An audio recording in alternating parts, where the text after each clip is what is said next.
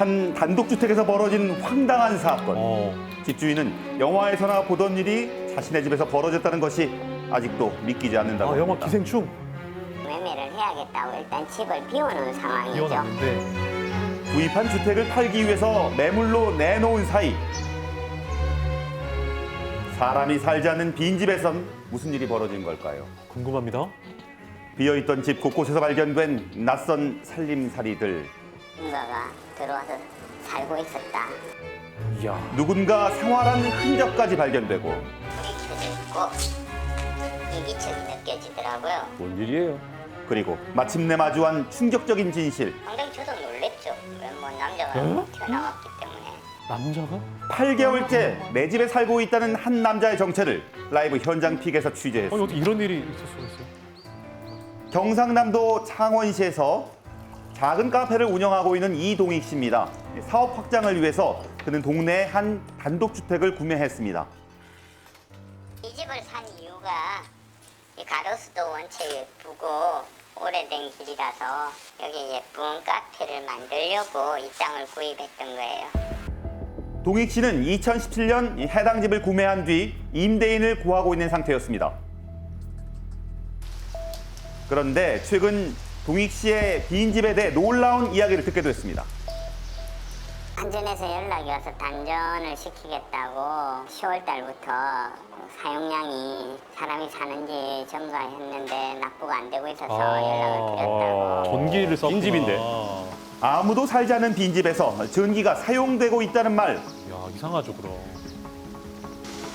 집주인인 동익 씨가 모르는 사이 누군가 집에 살고 있는 건 아닐까? 아니요, 살지는 않은 것 같아요. 한 번도 못 봤어요. 근데 여기 빈집인데. 동네 주민들도 이 동익 씨의 집은 빈집으로 알고 있는 상황.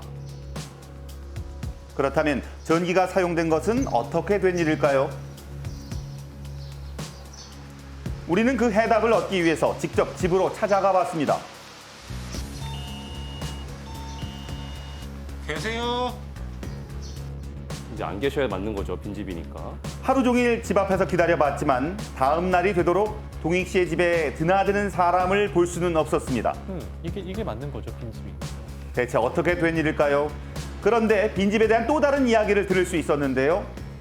보일러 함수 돌아가던데. 밑에 보일러 보일러가 돌아갔다. 뭐한 8시나 밤에 9시 왔고. 아마 그 사이 때서 낮에도 한 번씩 낮에도 한 번씩 보이고. 남자 와서 왔다 갔다 하긴 하는데.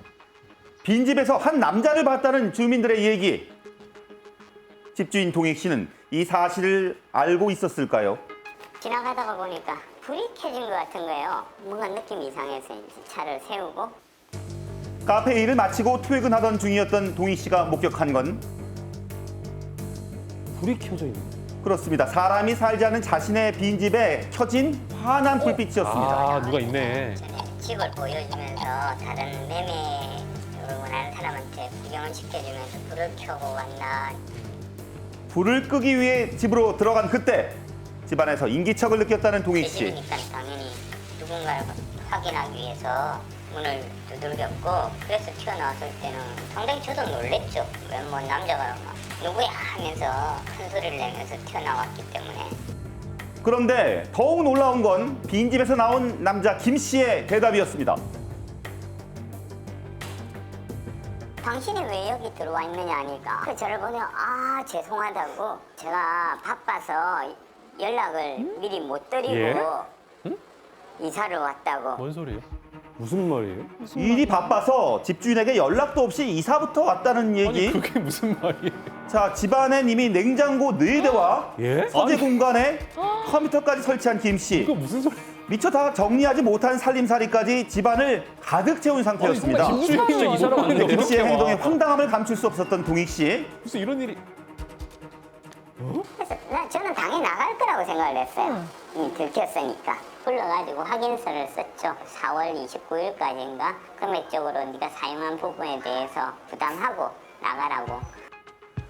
당시 김 씨가 집주인과 약속한 사항을 확인해 보죠. 지난해 10월 5일 집주인의 승낙 없이 이사해서 무단으로 집을 사용한 자신의 잘못을 인정하고 네. 자, 집에 대한 사용료 400만 원을 지불하고 5월 9일까지 이사 갈 것을 약속한 김 씨. 예. 그런데요. 하지만 그날 이후에 달라진 것은 없었다는 동익 씨. 안 나갔구나. 제작진은 이 집주인의 동의를 얻어서 현재 집안 내부를 확인해 보기로 했습니다. 약속한 날짜는 지났지만 이곳에 살고 있는 듯한 김 씨. 다행이세요. 아니, 한번 열어볼까요? 보세요. 아니 이런 이게 일이 8개월 어떻게 전에 지금 있어요? 음식인지. 네, 김 씨가 가져다 놓은 냉장고에는 얼마 전까지도 먹은 것으로 보이는 음식들과 식재료들이 그대로 남아 있었습니다. 저 어떻게 가능하죠, 당연히. 뿐만 아니라 마치 제 집인 양 김 씨의 살림살이로 가득한 집안. 동익 씨도 더 이상 두고 볼 수만은 없었습니다. 이 친구가 뭐 곧 나갈 것처럼 계속해서 시간을 끌고 결국 저는 이제 제 권리를 찾기 위해서 법적으로 경찰서에 이제 신고를 신고를 하셨어야 한 되나? 겁니다. 무단 주거 침입으로 김 씨를 신고했지만 돌아온 답변은 더 황당했습니다. 국민도 부당 거주자가 없기 때문에 다른 조치를 할 수 있는 건 없대요. 여기 있는 물건들이 나중에 뭔 분실이라든지 소리야? 송사에 휘말릴 수도 있으니까 가능하면 사장님도 집안에 들어가는 아니, 내 집에 내가 못 들어가요? 자기 집인데요? 물건을 손대지 말아라고 얘기를 하더라고요. 아니 무슨 네, 신고를 해도 현장에 무단 거주자가 없으면 별다른 조치를 할 수 없고요. 집주인이지만 내 집에 들어갈 수 없다는 겁니다. 와 진짜 이상하다 이거. 지금 불법점이라고 하더라도 제가 소유권자가 함부로 들어와서 제 물건을 빼내간다거나 아니면 문을 열고 들어올 경우에는 주거침입죄에 해당합니다. 이게 네, 내 집에 들어가는 건데도 주거 침입죄가 성립되는 이유는 뭘까요? 뭐 누군가를 보호하기 위해 있는 것 같긴 한데. 주거침입이라는 법률적 개념을 좀 정확하게 아셔야 됩니다. 그러니까 사람의 주거 또는 점유하고 있는 방실을 사실상 평온하게 점유하고 있는 그 상태를 보호하기 위한 것이지 소유권을 보호하는 게 아니에요. 아, 점유한 방식을 떠나서 집주인이어도 현행법상 주거 침입에 해당할 수 있기 때문에 김 씨를 함부로 내쫓을 수는 없는 아니, 상황이 답답한 집주인. 집주인 하네요, 소유권이 정말. 침해되는 거 아닙니까? 근데 이거는. 법적으로 또 제가 못하는 부분들이 있으니까 당연히 내 집에 내가 어떻게 할 수 있는 거라고 보통 생각하는데 내가 그 집에 못 들어간다는 게 진짜. 말이 되느냐. 자, 그런데요. 빈집에 8개월째 거주하고 있는 그 김 씨는 누굴까요? 누굴까요? 지금? 뭐 하시는 분일까요? 작년 8월 말쯤에 저희 집에 임대 또는 구매를 건물을 사고 싶다고 해서 집을 보러 온 사람이 네, 이미 집주인과 구면이었다는 김 씨. 그가 집을 보러 온 이유는 또 무엇이었을까요? 부산에서 출퇴근하니까 너무 멀기 때문에 자기 혼자만 와서 있을 작은 공간이 필요하다는 식으로 얘기를 했었거든. 집을 보고는 자기는 이제 와이프하고 한번 좀 상의 좀 하겠다고 그래서 갔어요. 그 이후로는 뭐 연락도 없고 생각도 안 했죠. 자, 그렇다면 김 씨가 집을 본 후 집주인 몰래 이사 온 이유는 또 전 회사 무엇이었을까요? 대표가 소개시켜줘가지고 별의별 일이 이 다 집을 있네. 숙소를 쓰면 어떻겠냐 해서 9월 23일경쯤에 대표가 이사를 해도 된다 해서 10월 5일날 이사를 한 거예요. 그래서 저는 그 당시에는 집주인하고 이 전 대표하고 뭐 문제가 다 해결이 됐구나 라고 생각하고 이제 이사를 한 거죠. 자, 해당 집을 빌려서 인부들의 숙소로 사용한 업체 대표에게 허락을 받고 이사했다는 김 씨의 주장인데요. 과연 사실일까요? 아, 이거 확인해봐야 될 것 같습니다. 상수 계약은 4, 5, 6, 3개월 계약했어요. 비어있는 집이라고 제가 소개를 해줬어요. 그 사람이 입주하기 전에 만나서 계약 관계를 서로 상의한 걸로 알고 서로 있어요. 미루네요. 성립이 안 된 상태에서 그 사람이 들어가 살았던 거죠. 현재 임대계약과 관련해서 전 임차인인 A업체의 대표와 김 씨의 주장은 지금 엇갈리고 있는 상황입니다. 난 아니다. 네, 지금. 집주인은 경찰에 해당 사건에 대한 수사를 정식으로 요청했고요. 관할 경찰서에서는 현재 김 씨를 주거 침입 등의 혐의로 수사 중에 있습니다.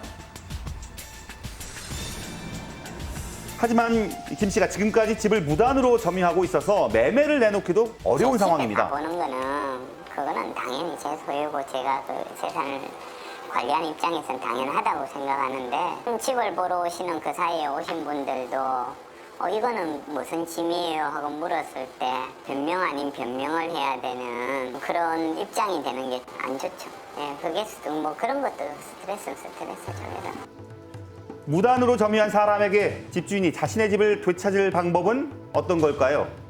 이 상태에서 집주인이 들어가서 강제로 침입을 한다 그러면 집주인도 주거 침입죄로 처벌을 받고 지금 사시고 계시는 분도 최초에 이 집에 들어올 때 주거를 침입했다고 한다면 둘 다 주거 침입죄에 해당이 될 수 있는 거죠. 집주인 입장에서는요. 명도소송하시고 손해배상 청구 소송하시는 수밖에 없어요.